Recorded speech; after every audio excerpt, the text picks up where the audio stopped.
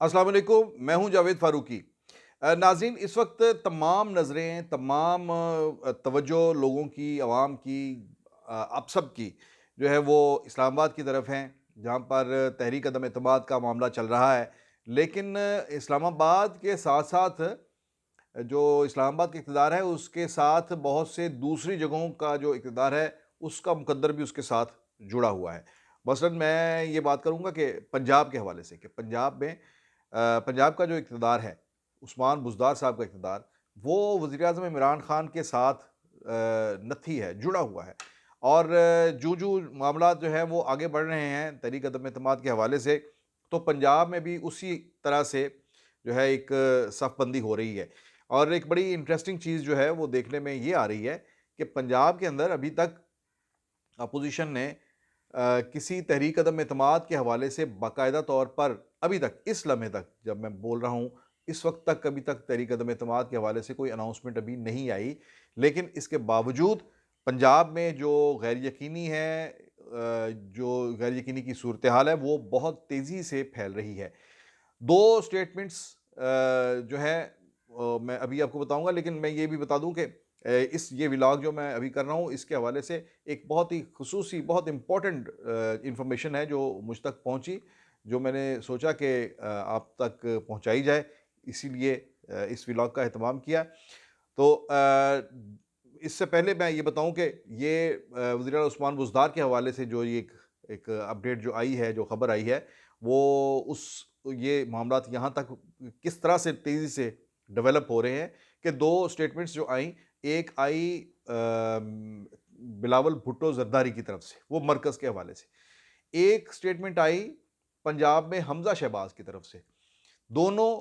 साहिबजादगान की तरफ से स्टेटमेंट्स आईं और दोनों बड़ी इम्पोर्टेंट हैं। मरकज़ में बिलावल भुट्टो ने कहा कि जो वज़ीर हैं, जो वफ़ाकी काबीना ख़त्म हो चुकी है अमलन, हुकूमत ख़त्म हो चुकी है, काबीना के अरकान अपने गाड़ियों से और घरों से झंडे जो है वो उतार दें। ये एक ख़ास किस्म का एक बड़ा स्ट्रैटेजिक एक जो है वो बयान है, जिसमें एक ऐसे समझे कि हुकूमत के असाब शल करने का, उसकी रिट ख़त्म करने वाले इस किस्म के बयानात होते हैं। पंजाब में हमज़ा शहबाज़ ने कहा, ब्यूरोक्रेसी को ख़बरदार किया कि ख़बरदार अगर किसी ने कोई भी अनलॉफुल काम जो है और ऑर्डर मौजूदा हुकूमत का माना, क्योंकि ये हुकूमत ख़त्म हो चुकी है और बहुत जल्द दूसरी हुकूमत इसके नतीजे में आने वाली है। राना मशहूद ने कहा कि हमने ऑफिसर्स की लिस्टें तैयार कर ली हैं। अब ये इस तरह के बयान हैं। नून लीग पंजाब के अंदर उनका तवील इक़्तिदार है और यहाँ पर उनकी बड़ी गहरी रूट्स हैं और हुकूमत को किस तरह से हिला रहा है और किस वक़्त जो है उसे क्या कहाँ से छेड़ना है, तंग करना है, ये उन्हें बहुत बेहतर तौर पर पता है। और इस स्टेटमेंट से, हमज़ा शहबाज़ की स्टेटमेंट से और फिर राना मशहूद की स्टेटमेंट से पंजाब के अंदर जो ब्यूरोक्रेसी के अंदर वो एक गैर यकीनी की सूरत-ए-हाल पैदा हो गई, बहुत ज़्यादा। और इसी सूरत-ए-हाल में, गैर यकीनी की सूरत-ए-हाल में हमारे तक ये खबर पहुँची है कि वज़ीर आला उस्मान बुज़दार,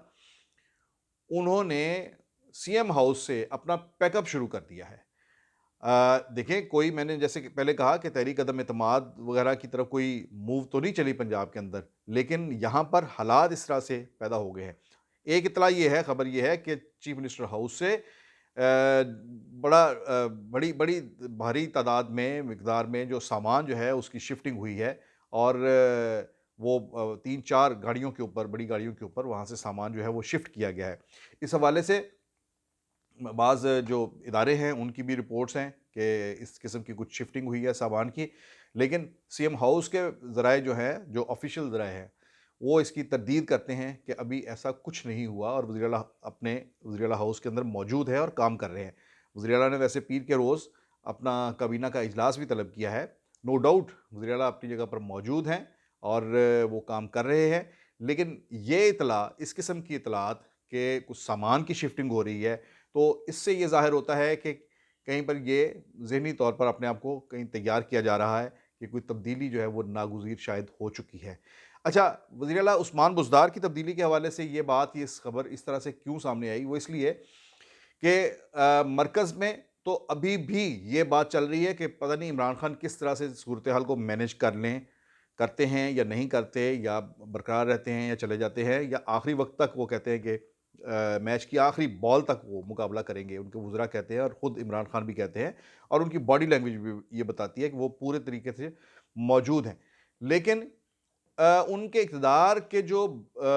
बरकरार रहने में जो बड़ी जो शर्त कही जाती है, वो ये भी है कि अगर वो पंजाब के अंदर तब्दीली ले आते हैं, चीफ मिनिस्टर तब्दील कर लेते हैं, तो उनके मरकज़ में इक़्तिदार को जो है वो दवाम देने के लिए या उसको बरकरार रखने के लिए, उसकी बका के लिए, ये एक कुर्बानी जो है ये ज़रूरी है। यानी मरकज़ में इक़्तिदार, जो कि अगर आप ये कहें कि 10% अगर चांसेस हैं, तो वो 10% में से वो 10% उस मौके पर, उस सूरत में इम्कान है उसका कि अगर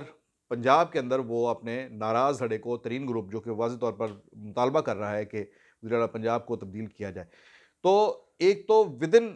पीटीआई अगर अरेंजमेंट होता है, तो भी बुज़दार साहब की तब्दीली की बात होती है। अब मैं खुलकर बात करने लगा हूँ कि बुज़दार साहब की तब्दीली के चांसेस क्या है, इम्कानात क्या हैं। वो ये है कि अगर पीटीआई की सर्वाइवल होती है, इमरान हुकूमत की सर्वाइवल होती है, तो उसमें भी एक कुर्बानी जो है वो बुज़दार साहब की वो लिखी जा रही है। और इस बात की फवाद चौधरी ने भी एक इंटरव्यू में ये बात कह दी कि ये एक ऑप्शन जो है ये डिस्कस हो रहा है, और वो तरीन ग्रुप के साथ राब्ते में हैं कि आएँ, मान जाए भाई, रूठे हुए हो, आप हमारे अपने हो, हमारे ही लोग हो, तरीन साहब आप दोस्त हैं खान साहब के बड़े, तो आप ना जाएँ, पार्टी से बाहर ना जाएँ। तो उन्होंने यही शर्त रखी है कि आप पंजाब के अंदर चेंज लाएँ।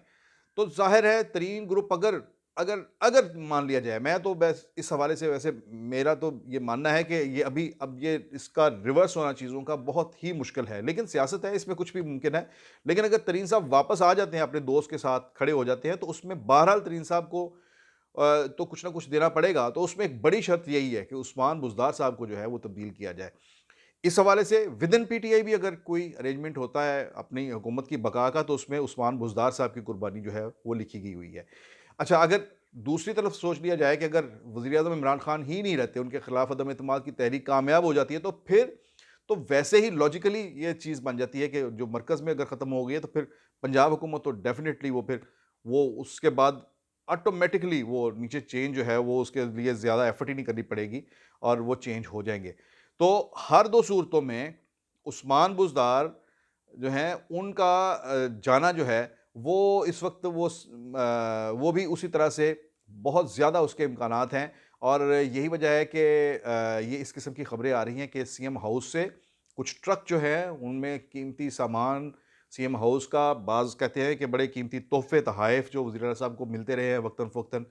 वो कीमती तोहफ़े थे उन ट्रकों के अंदर जो शिफ्ट किए गए हैं। तरदीद की गई अगरचे इसकी सीएम हाउस से ऑफ़िशियली, जो है ऑफ़िशियली तरदीद, यानी कि जिन जब राब्ता किया गया तो उन्होंने वहाँ से तरदीद हुई है। लेकिन ये है कि ये सामान की शिफ्टिंग की बातें ये शुरू हो गई हैं। और एक और बात बताऊँ आपको कि बहुत ही इम्पोर्टेंट किस्म के जो महकमाना बाज़ ऐसे काम थे जो वज़ीर-ए-आला ने जिनके ऑर्डर्स किए थे, वो भी जो है वो रिवर्स हुए हैं। वो ब्यूरोक्रेसी ने और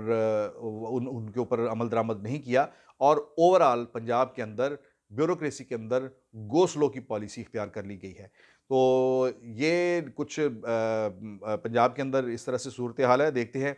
उस्मान बुज़दार, कल उन्होंने कैबिनेट मीटिंग भी कॉल की हुई है, और ये कैबिनेट की मीटिंग जो है, ये सिलसिला चलता रहता है या ये आखिरी मीटिंग साबित होती है, देखने वाली ये बात है। आने वाले दिनों में मेरा ख़्याल है बड़ी तेज़ी से सूरत हाल डेवलप हो रही है। ज़्यादा इंतज़ार नहीं करना पड़ेगा, हफ़्ते 10 दिन के अंदर ये चीज़ें जो है बहुत क्लियर होकर सामने आ जाएँगी। अब तक के लिए इतना ही, इजाज़त दीजिए, अल्लाह हाफ़िज़।